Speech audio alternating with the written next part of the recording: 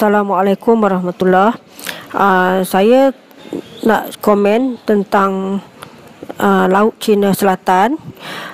Laut Cina Selatan ni nama lain baginya ialah Laut Champa.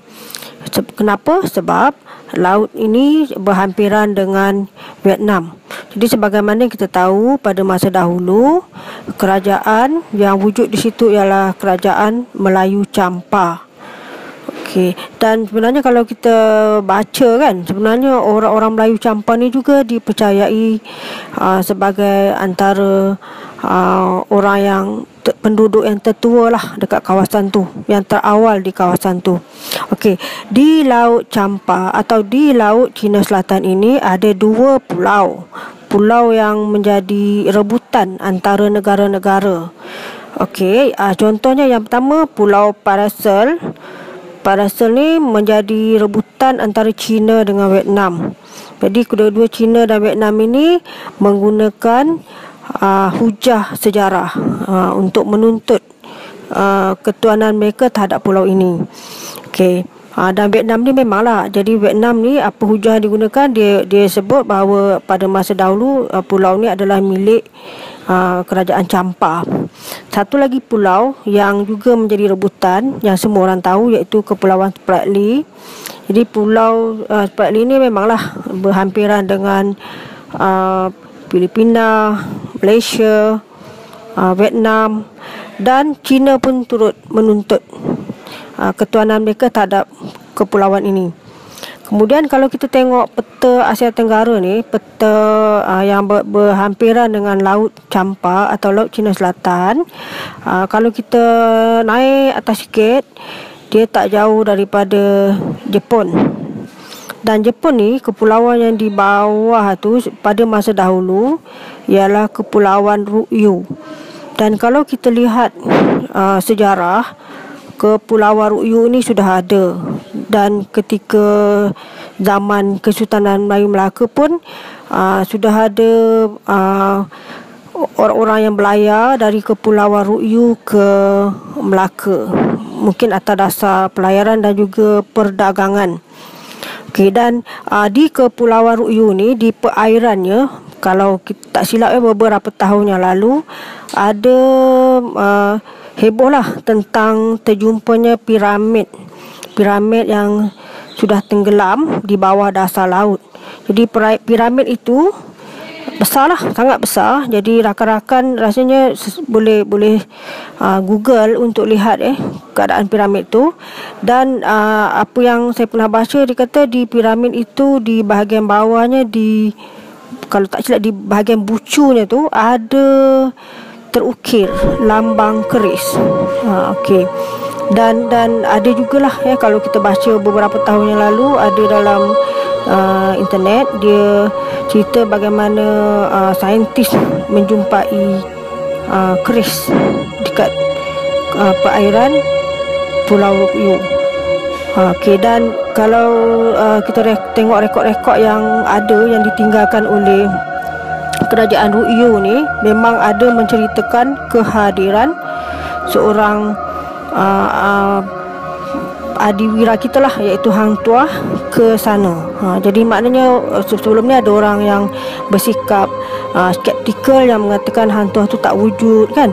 Tapi kalau kita lihat berdasarkan rekod-rekod yang ada, rekod-rekod Kerajaan Ryukyu memang ada mengisahkan tentang kehadiran Hang Tuah ke sana. Bismillahirrahmanirrahim. Saya Dr. Rohaida bersama Prof. Hashim. Kami buat penyelidikan sebenarnya. Belum terfikir nak buat buku. Kami ingat nak buat dokumentari tentang Hang Tuah, tentang mendamberahi kapal dia. Kemudian bila nak buat sesuatu tu, kita kena buat kajian kan. Jadi saya buat kajian dulu tentang penemuan keris di Jepun. Kami pun tak dapat pasti itu keris Melaka, tapi saya berhubung dengan Kementerian Pendidikan Jepun. Kebetulan saya boleh berbahasa Jepun. Mereka kata bukan saja keris, kita ada buku yang dipanggil Rekidai Hoan. Rekidai Hoan ni ialah catatan kerajaan Jepun dulu bernama Ryukyu di bawah jajahan Cina tentang perjalanan Maharaja di sana. Buku tu ditulis dalam tempoh 444 tahun daripada 1414 rasanya sehingga 444 tahun ditulis. Dia kata dalam itu ada 10 pucuk surat perhubungan diplomatik antara kerajaan Rukyu dengan kerajaan Melaka. Jadi saya kata kami nak ambil yang Melaka tu, dia terus email, kerajaan Jepun terus email pada saya berserta dengan translation dia. Bila dibaca translation tu, ada dicatat pengkaji yang buat Lekidai Hoan ni bukan saja catat Melaka tu, setiap contohnya surat hang tuah tu Loksimana Maraka Loksimana Heika Jurokunen. Heika Jurokunen tu maksudnya 1480. Dalam hikayat hang tuah memang dinyatakan hang tuah ke Rukyu, kerajaan Cina, tapi tak dinyatakan tarikh. Bila dah ada surat ni, kita confirm lah memang betul hikayat tu benar, tapi cuma tidak ada tarikh.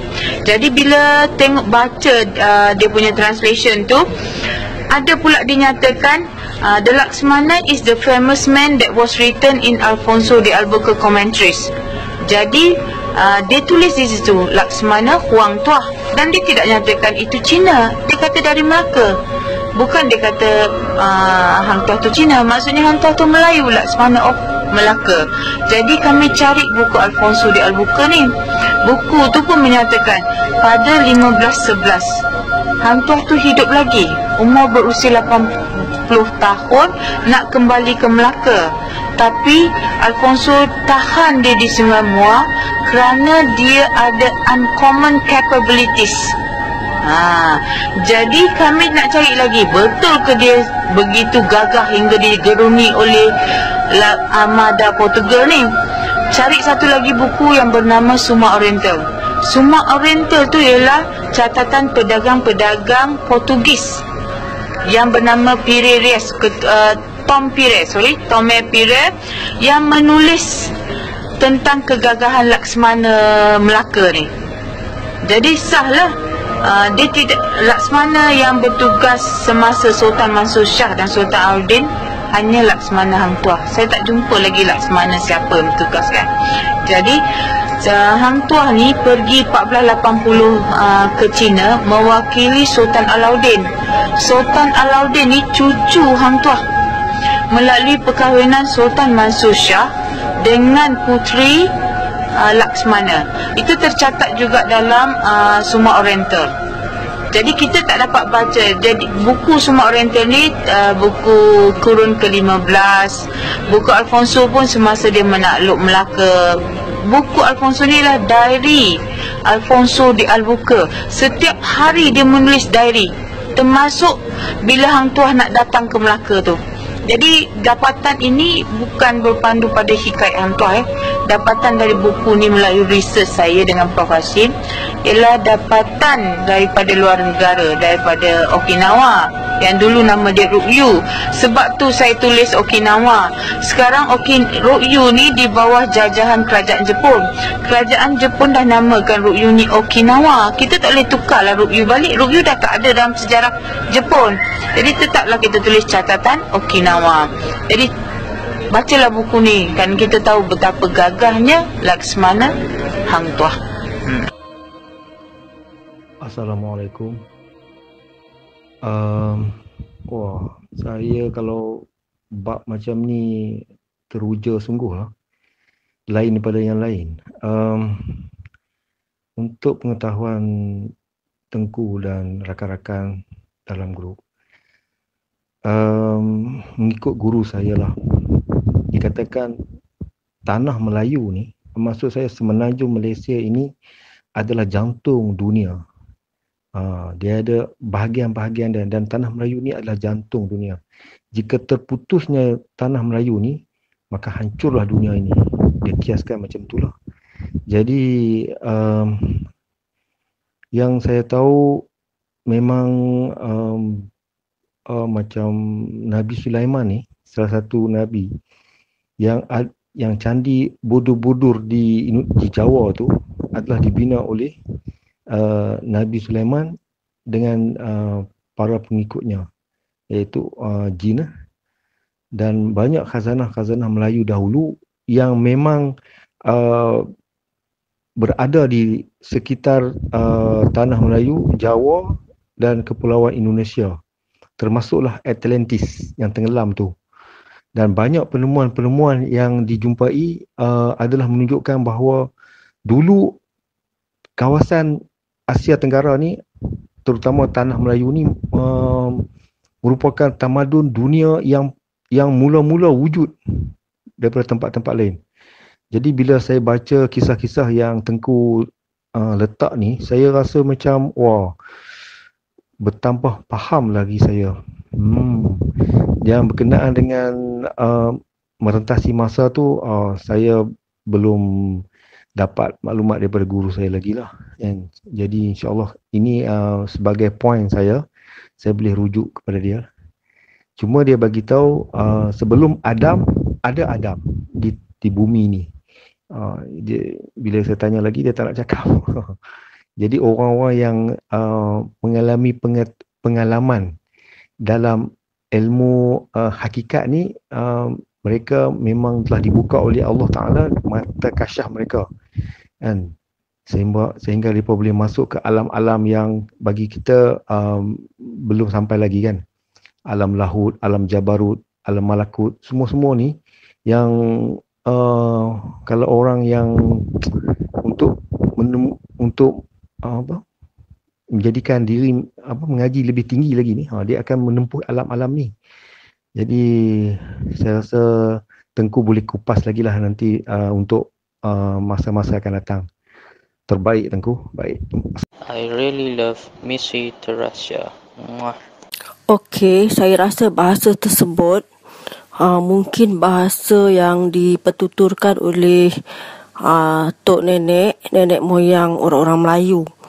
Sebab hujahnya dipercayai bangsa Melayu ni adalah di antara bangsa purba yang belum pupus. Okey, tentang bumi yang subur tu rasanya ialah bumi Nusantara. Sebab kalau kita tengok di bumi Nusantara ni, kalau contohnya ada kawasan yang ada gunung berapi, memang subur lah kan. Kalau hutan pula, kalau kita tengok hutan ni semua adalah hutan hujan yang lebat dengan spesies pokok-pokok pelbagai jenis tumbuhan.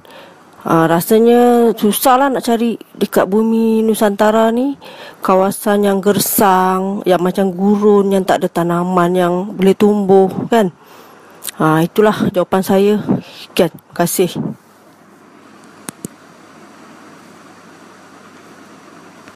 I really love Missy Terasya. Pada pendapat saya, bahasa yang digunakan oleh Nabi Adam AS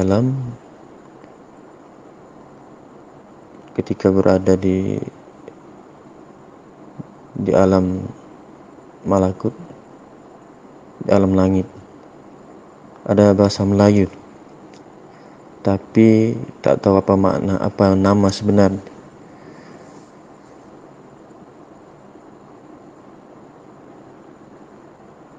Dan tanah yang paling baik sekali di muka bumi ini dan suburlah untuk tanaman adalah di Syam, tanah Syam.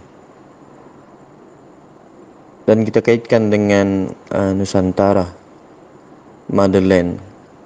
Motherland ni adalah kawasan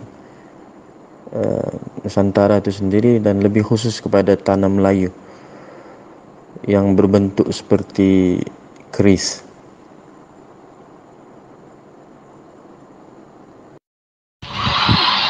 I really love Missy Terasya. Kalau dilihat daripada travel time, pengembaraan masa menghadap Laut Cina Selatan tu, keadaan kawasan tanah. Jadi masa tu pentas Sunda, Nusantara ni pentas Sunda, tanah yang bersambung, dan kemudian datang banjir zaman Nabi Nuh.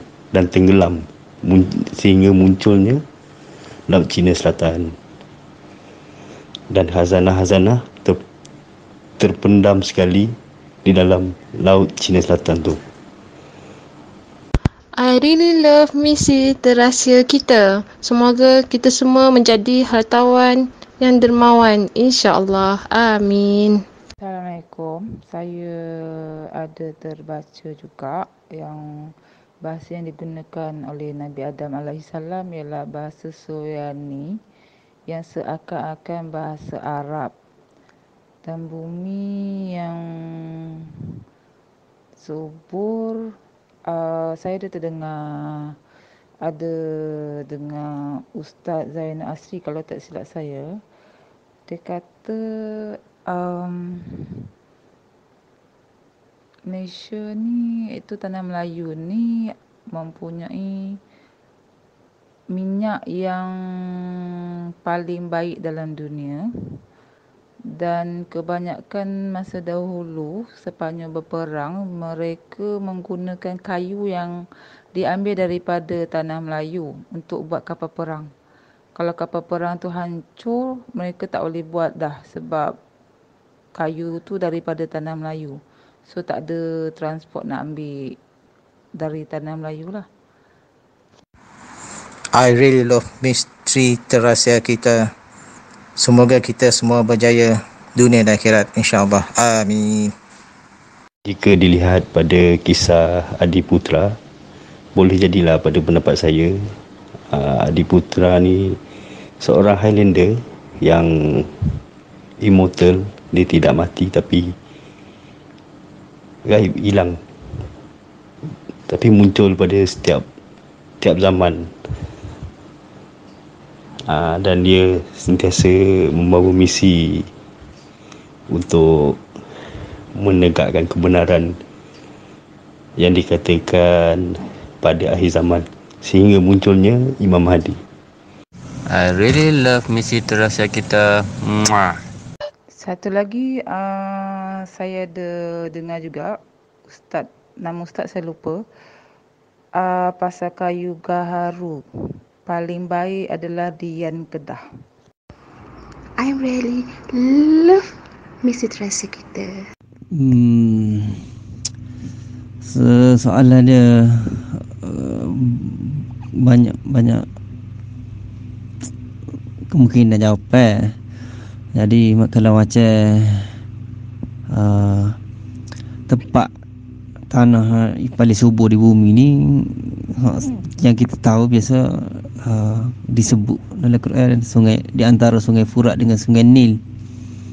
Selain itu tanah di keliling dekat berdekatan ataupun yang berpaksi pada garisan khatulistiwa.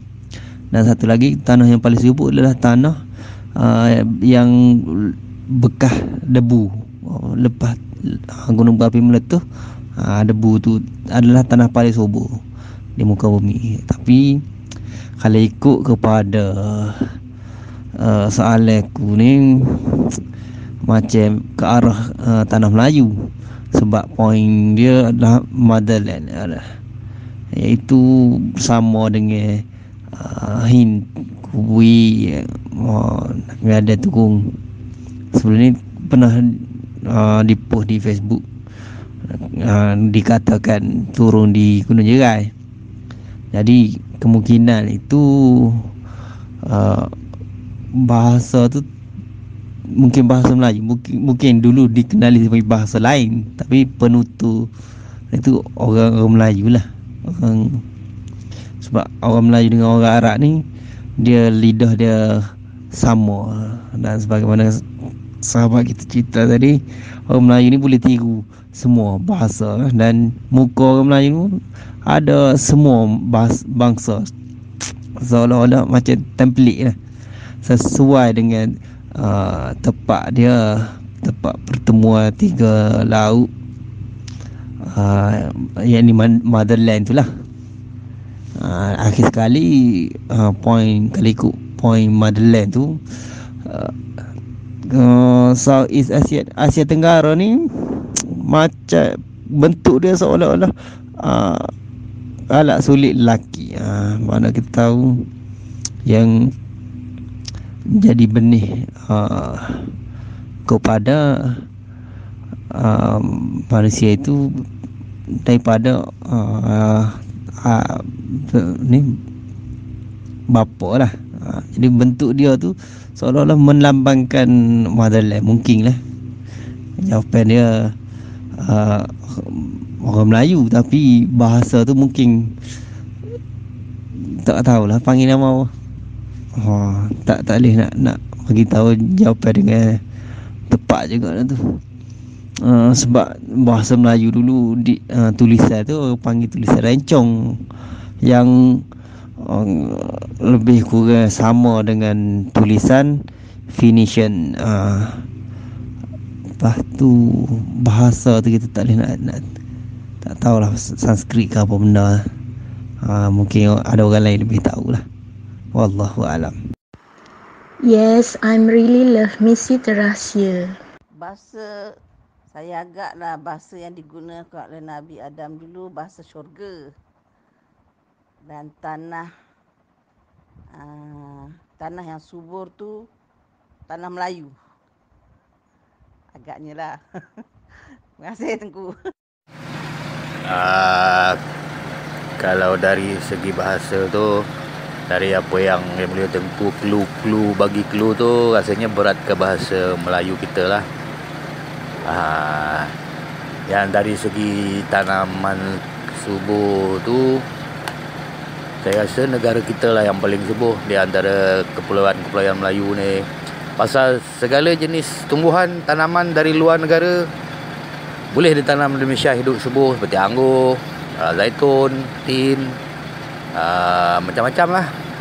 Tapi jenis-jenis tanaman kita kalau dibawa keluar, contoh seperti rambutan, durian, kalau macam saya pernah tanya dekat ada Bangla tu, dia bawa balik ke negara dia cuba tanam rambutan, durian, tak boleh hidup, tak mati dia cakap. Memang tak boleh lah ditanam di mana-mana di luar negara. Jadi saya rasa memang tanah Melayu kita lah yang paling subur sekali.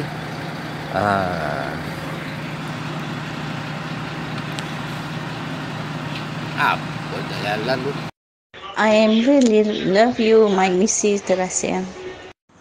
Pada pembacaan saya, Nabi Adam bertutur dalam bahasa Suryani dan tanah yang paling subur agak-agaknya adalah tanah bumi Syam. I really love misi terahsia. Lagi satu Tengku, saya rasa kenapa bangsa tu bahasa syurga, sebab kita orang Melayu kan, kalau kita tiru cakap bangsa apa pun kita tak pelak, kita tak telo mana-mana, kita boleh. Tapi kalau bangsa lain dia nak bertutur dalam bahasa Melayu payah. Kita bahasa Inggeris kita boleh bertutur, kita cantik je orang Melayu. Jadi lidah kita memang boleh cakap bahasa apa pun sekalipun. Sebab tu saya cakap bahasa syurga. I'm really love misi terahsia. Okey, cerita ke atas saya tengok sangat menarik dan menjadi persoalan kepada dalam pemikiran saya sekarang ni. Adakah Tengku pernah merentasi masa ke zaman silam? Sebab bila tengok cerita ke atas tu nampak macam pernah, tapi tak tahulah kan. Kelebihan orang masing-masing kita tak tahu. Tapi saya masih tertarik dengan cerita-cerita ke atas tu, memang awesome lah.